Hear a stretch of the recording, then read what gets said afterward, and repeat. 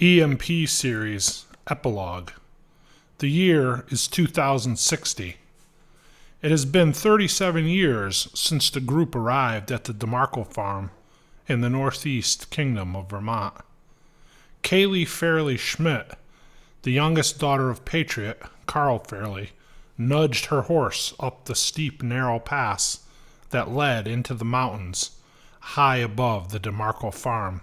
She had her AR-15 rifle in her hand. The butt rested on her right thigh. The barrel pointed straight up into the air. It was the rifle her dad gave her on her 20th birthday. The same rifle that he had led his group through the revolution with almost 40 years ago. There were newer, modern, more efficient weapons available now, but she preferred the antique that was a cherished gift from her loving father. At the top of the pass, the trail opened up to the beautiful meadow upon which the small, hand-built cabin sat. It was the home that her dad had built for their family more than 30 years ago. Carl's wife, Abigail, passed away almost 10 years ago now. Kaylee and her sisters took turns riding up to the remote homestead once a week to check on their dad. He and Abigail used to make the trip to town or to the farm often, but since Abigail's death, Carl hardly ever left the property, going down to the farm on Sundays only to attend church service. After the revolution that followed the EMP attack, the nation went through a civil war. That war divided the country, not by geographical boundaries, but rather by political and societal boundaries. The extreme left had the overwhelming majority of the citizenship on its side. For decades, even before the EMP attack, the public school systems had been mainly indoctrinational institutions. The leftist elites slowly placed its own people on the faculty and staff in those institutions nationwide.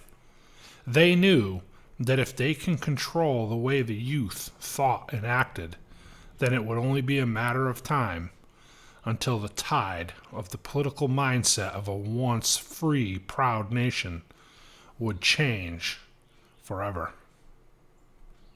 That is exactly what happened in the early part of this century.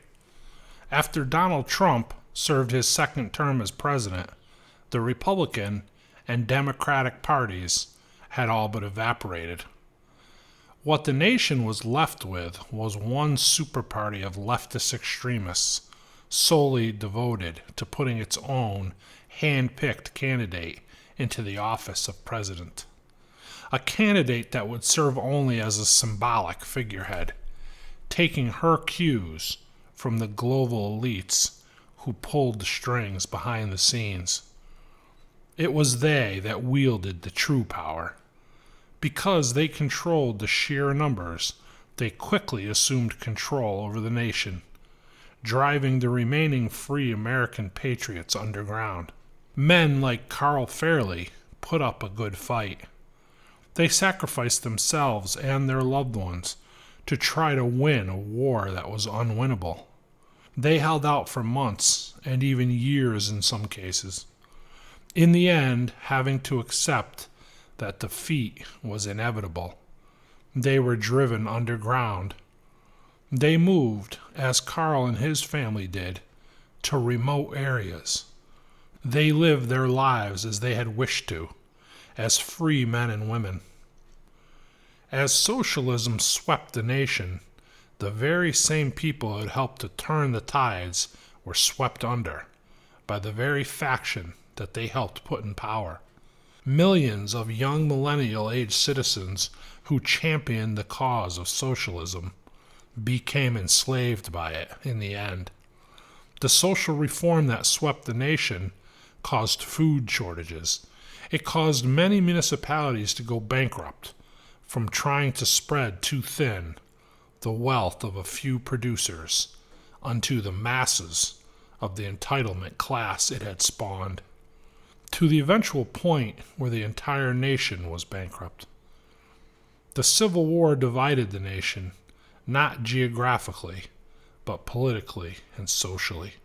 It was no longer the Democrats versus the Republicans. It had become the globalists versus the individualists.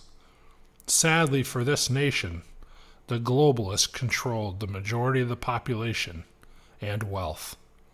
They controlled the large metropolitan areas and population centers. The individualists retreated into their small groups and communities. They took refuge in the country on small farms and in remote wooded areas that were left in this nation. The globalists mostly left them alone. They took their victory and allowed the individualists to live in peace as long as they kept to themselves. A delicate balance was struck, and the individualist groups were happy to be allowed to live in their small communities, free to live as they wished. The globalists learned early on that the resilience and tenacity of those small groups was not an easy thing to overcome. They realized early on that they would never give up and keep fighting till every last one of them was killed off. They also realized that the casualties that they themselves would suffer during the process would be extensive. The individualists mostly lived off the land as farmers and homesteaders. Their self-reliant lifestyle offered little to the globalists in the way of taxation and commerce-related revenue. Men like Greg and Carl, who were treated as criminals and subversive to the government, were hunted down and made a public example of. Greg, embracing his new identity, was able to blend into his new community on the DeMarco farm. He was eventually forgotten by the military government and lived out his life with his wife in peace and freedom. He became a respected member of the farm community in which he lived and worked. Carl retreated to his homestead deep in the mountains of northern Vermont, and while he was never really forgotten after what had happened between him and the military, he faded from the spotlight, and eventually they stopped looking for him as well. He lived as a free American on his homestead with his family. As he aged, his only real regret was that he did not give up the fight sooner, that he did not retreat to the inevitable in time to save his sons from their horrible fate. He was not present when his sons were killed, but he woke in the night countless times to the sound of them screaming for him as they died, dreams that still haunted him to this day. Kaylee approached her dad, who was sitting on the wooden dock that jutted out over the small lake outside his home. His head was slumped over, and he was not moving. Kaylee gently placed her hand on his shoulder and gave it a light shake. "Dad?" she said. Carl, startled, jumped in his seat. "Dad, it's okay. It's me, Kaylee." Carl sighed and relaxed in his seat. "Nightmares again, Dad?" Kaylee asked, as she gently rubbed his shoulders. Carl nodded. "Did you bring the kids, honey?" Carl asked her. "No, Dad. It's Friday, remember?" Again, Carl sighed. Every Saturday he took Kaylee and Christine's children for the weekend. His middle daughter, Samantha, never had kids. She met and married the love of her life shortly after moving to the area decades ago. He was a good man who lived and worked in the community on the DeMarco farm. Shortly after their wedding, he was killed defending the farm in a raid from a group of marauders that made their way up from southern New England in an attempt to flee the same conditions that Carl and his group had fled from their region in Connecticut. She never remarried and lives to this day in the home her husband built for them on the DeMarco property. Carl's grandchildren were all homeschooled, as were all the children in the community. In the early days of their arrival there, Carl went down to the farm once a week to teach the children of the community American history and survival skills. He taught a 2-hour course on history in the morning and a 3-hour course in the afternoon on survival skills and training. In the history course, he taught the children the real truth about the history of this nation, including how and why the Puritans of England came to settle here. He taught them how our forefathers came to form this nation and the Constitution and the Bill of Rights. He taught about the value and necessity of God's rightful place in our society and in our nation.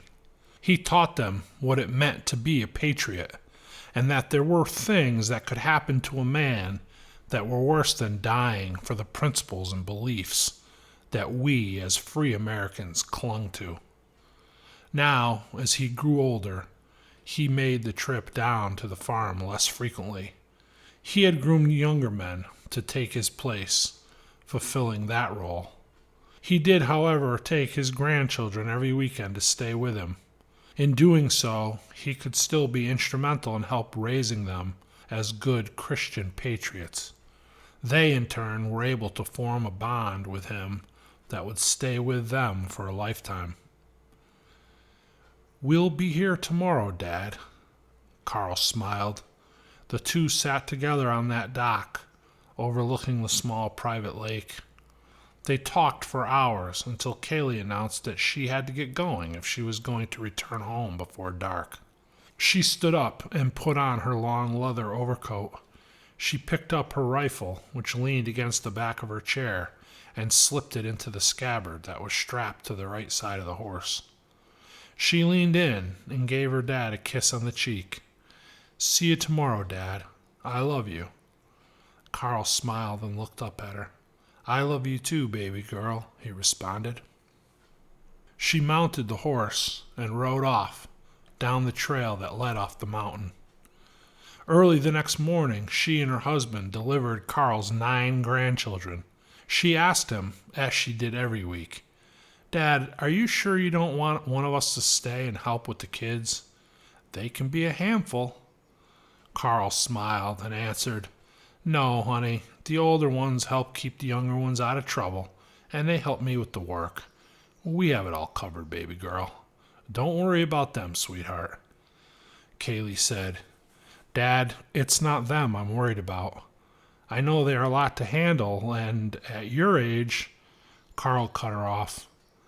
"I'm not over the hill yet, sweetheart, and besides, I have plenty of help. Isn't that right, Zeb?" Carl shouted to his oldest grandson, now 20, who was standing nearby and heard the whole conversation. Almost as if answering on cue, he responded, "Don't worry, Aunt Kaylee. Me and Gramps got this covered." Kaylee smiled and said to Carl, "Of course you do. Of course you do." She leaned in and kissed him goodbye and announced, "We'll be back on Sunday morning to bring you all down to the farm for church service." Carl smiled and said, "We'll be ready, sweetie." Then she told Carl, "If you want to bring some clothes and stuff, you're more than welcome to spend a few days with us, Dad." Carl responded, as he did every week when she made that same offer, "Thanks, baby girl, but I think I'll ride back home Sunday night." "Well," she answered, "if you change your mind—" Carl cut in, "I know. I'm always welcome. Thanks, honey. I love you." "Love you too, Dad." Then she shouted to the children, "See you kids on Sunday. Be good for Gramps." Carl grimaced at her whenever she referred to him as Gramps.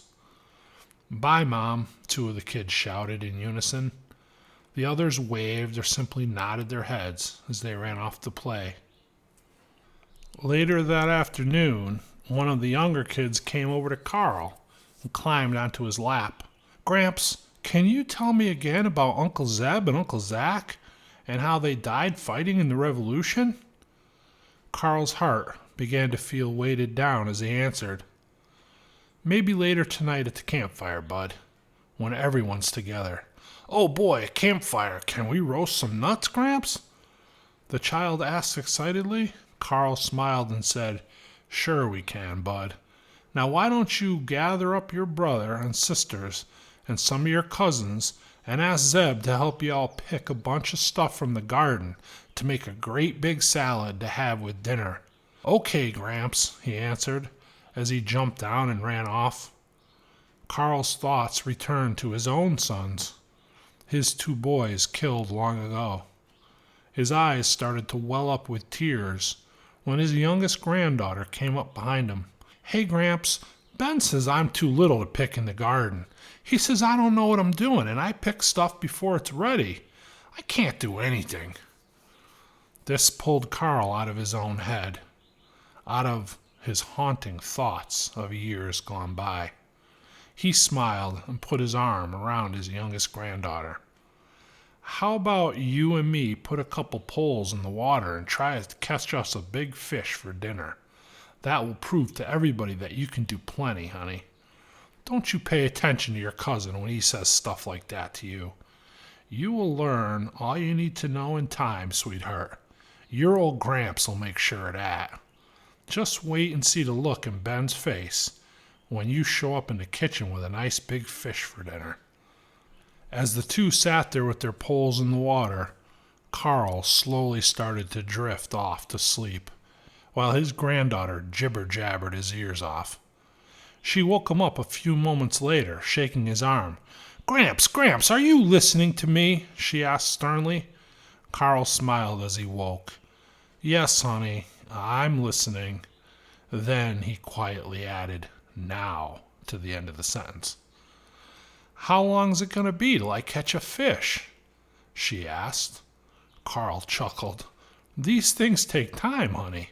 You have to have patience, sweetie, patience." "I'm not good at that, Gramps," she replied. Carl chuckled again. "I know, sweetie. Don't worry. You'll get there in time, baby."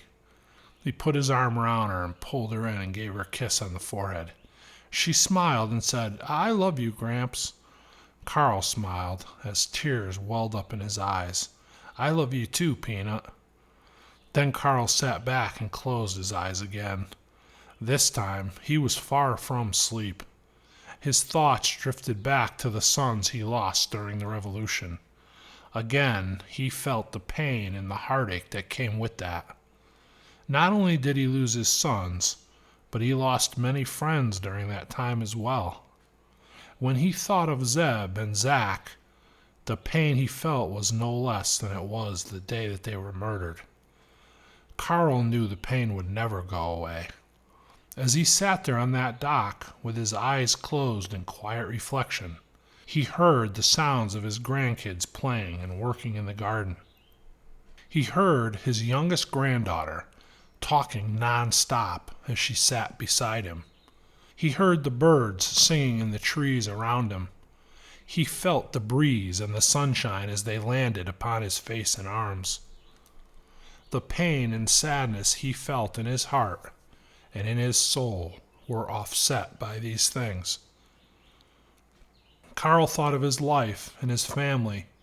He thought of Abigail and Zeb and Zach. He knew that they were with our Heavenly Father now, and that the earthly pain they felt was long gone. He smiled as he thought about eternity with God and the joy that it brought.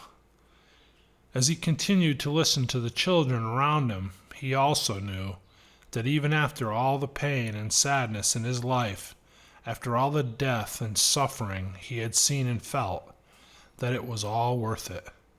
When he heard the laughter and the innocence in his grandchildren's voices, he knew that somehow, some way, it was all worth it.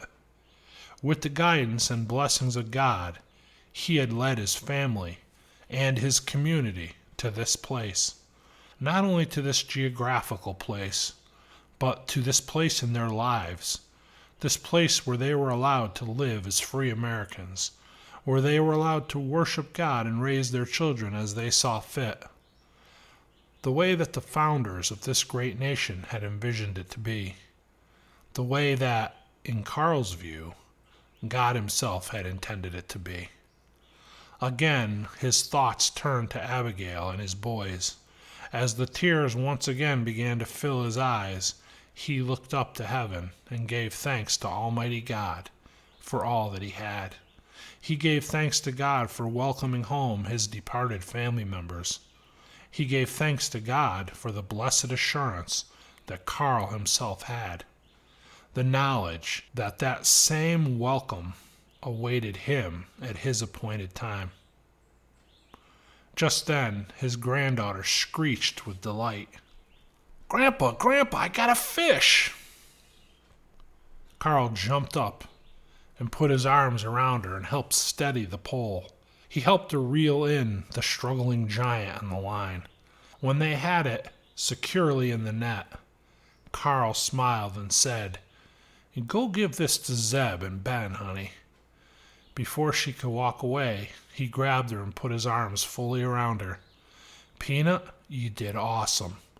I'm so proud of you, baby."